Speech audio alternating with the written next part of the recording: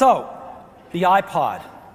Now I want to go back to this market share data. This 31% market share that I bet will go up when we see the December numbers, but I want to drill down into this a little bit more.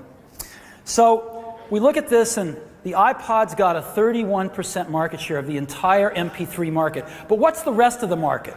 Well, the biggest chunk is flash players. There's a zillion of them, but they all add up to about another 60% of the market.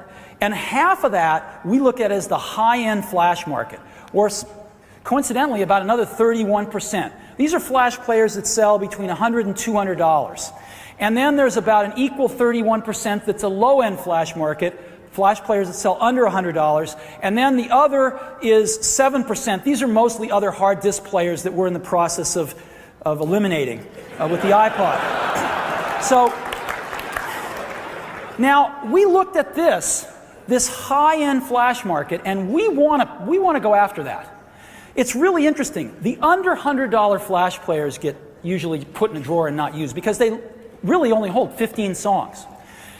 The high-end flash players, if you pay $200, they hold about 60 songs. If you pay close to $100, they hold 30 songs, and people either do one of two things. They either get a new memory card for it, right, and spend usually over $200 total to bring it up to 60 songs, or they put it in the drawer and don't use it. So this is what these things generally look like, right? Something like this. And again, what they are is they have 256 megabytes of memory if they're useful. They hold 60 songs. They're about 0.8 to 1.2 inches thick. And they sell for $199, whether you buy them with 256 or you buy them with 128 and you realize you need 256 and you go out and pay more and get that memory card. So that's what this market represents in terms of the ones actively in use. They also have a really bad user interface. They've got a really small display that doesn't tell you much, and they've got this little thumb thing, which I guess if you have 15 songs, it's okay, but if you have any number of songs, it gets ridiculous very quickly.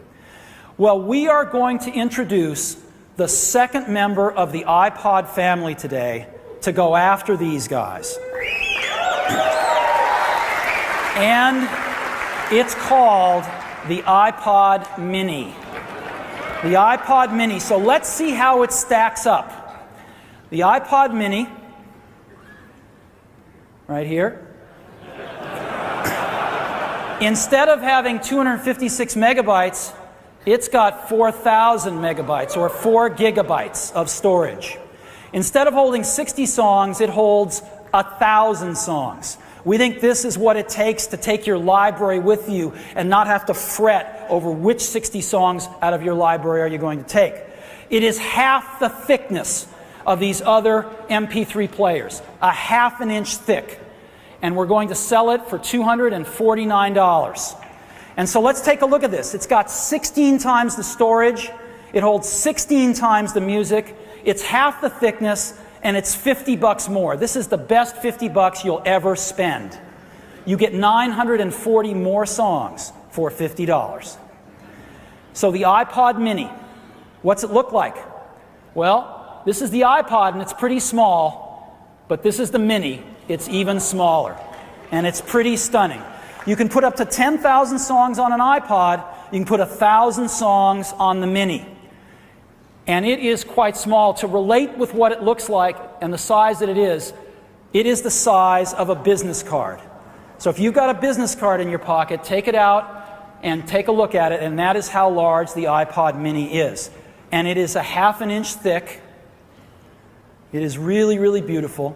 And when you turn it on, you don't get some cheesy user interface. You get the award-winning iPod user interface, the same user interface. Now, we had a challenge. We had a challenge because we didn't have room for 4 separate buttons on the Mini. And so we came up with something really great. We have the solid-state scroll wheel, right? Patent pending. And we've added buttons right on it. So we've added buttons right on the solid-state scroll wheel. So when you finish scrolling, you just push it, and it just clicks in like this. Isn't that sweet? It's really nice. And it saves space and lets us build this product so small. This is what the top looks like, just like you've come to know and love in your iPod. And the bottom has the same iPod connector on it, which lets us plug in a cable, and the iPod mini supports both FireWire and USB 2, and a new thing, you can charge the battery from either one. So you can charge the battery off USB 2 if you're using it on a PC. We supply both cables with the iPod mini, so there's nothing extra to buy, a FireWire and a USB cable. And we also supply a new belt clip with it, which is really nice and works real well. There's 2 accessories for the iPod mini. Got a dock, and we've got an armband, because this is great for running. So if you take a look at this and compare it with these flash players, 16 times the music, half the thickness, $50 extra. And here's what one looks like right here. This is one. They're really, really beautiful. I don't know if we can get a shot of this from the back, but they're quite nice. They're quite nice, and they are quite small. And you can see the thickness right here. They're really unbelievable. So, the iPod mini is designed to go after this, the high end of the flash market, and we think it's going to do very well doing exactly that.